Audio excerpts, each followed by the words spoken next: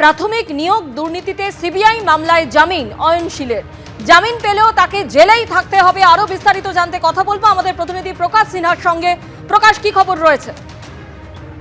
দেখো, তোমার মনে থাকবে যে সিবিআই তরফে অয়নশীলকে প্রাথমিক নিয়োগ দুর্নীতি মামলায় সোনারেস্ট করা হয়েছিল।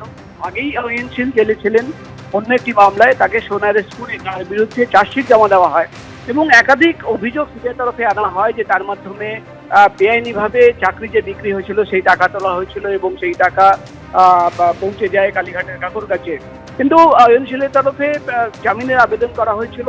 অয়নশীলের আইনজীবীরা তারা দাবি করেন যে এই গোটা বিষয় নিয়ে সিবিআই তরফে যে চার্জশিট করা হয়েছে সেখানে তেমন তথ্য নেই এবং এই মামলায় কালীঘাটের কাকু আগেই জামিন পেয়েছেন, তাই তাকেও কিন্তু জামিন দেওয়া হোক। এবং আজকে আমরা দেখলাম সিবিআই এর বিশেষ আদালত অয়নশীলকে জামিন দিয়েছেন এবং জামিনের শর্ত সাপেক্ষে জামিনের নির্দেশ হয়ে দুটো সিকিউরিটি বন্ড দিতে হবে 50,000 টাকার এবং অয়নশীল হুগলি, কলকাতা এবং উত্তর 24 পরগনা জেলার বাইরে তিনি কিন্তু যেতে পারবেন না। কিন্তু যেহেতু অয়নশীল একটি মামলায়, তোমার মনে থাকবে একেবারেই প্রকাশ, তুমি যেমনটা বলছিলে যে জামিন পেলেও যদিও পুরো নিয়োগ দুর্নীতি মামলায় জেলেই থাকতে হবে অয়নশীলকে। আপাতত তোমায় ধন্যবাদ।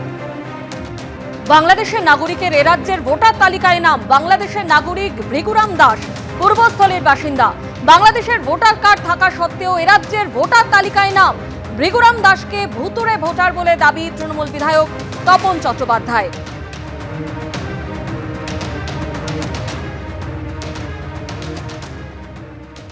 কিছু কিছু জায়গায় যেমন আমার ব্লকেই বহু মানুষের নাম ভোটার তালিকায় আছে, তারা চিনি না, জানি না, তারা এখানে থাকেই না।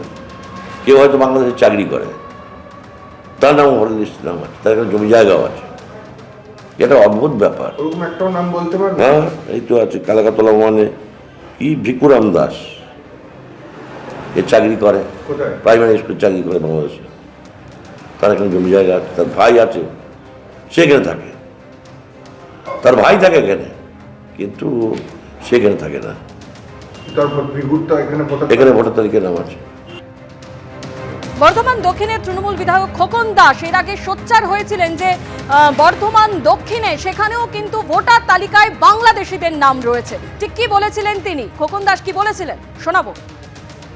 আমাদের ওয়ার্ডে 23 নম্বর ওয়ার্ডে একটা এইরকম নন বেঙ্গলি পার্ট আছে যেখানে বিহার আর উত্তরপ্রদেশের লোক। সেখানে আমাদের আজকে যে হিসাব বলতো অন্তত একটা পার্টে আমাদের 70 থেকে 80টা ভুয়ো ভোটার আছে, যারা সবাই বিহারে থাকে, কোনো সময় এখানে কাজ করতে এসেছে, কাজ করে তারা চলে গেছে, কিন্তু ভোটার লিস্টে তার নামটা রয়ে গেছে। আবার বহু লোক দেখা যাচ্ছে বাংলাদেশে তারা চাকরি করছে, তার আত্মীয় এখানে তার নামটা ভোটার লিস্টে ঢুকিয়ে রেখে দিয়েছে। দেখা যাচ্ছে এরকম বহু লোক যারা বাংলাদেশে আছে অথচ আমাদের এলাকায় তারা থাকেও না, হয়তো তার আত্মীয় স্বজন থাকে, সেখানে তারা ভোটার লিস্টে নামটা ঢুকিয়ে রেখেছে।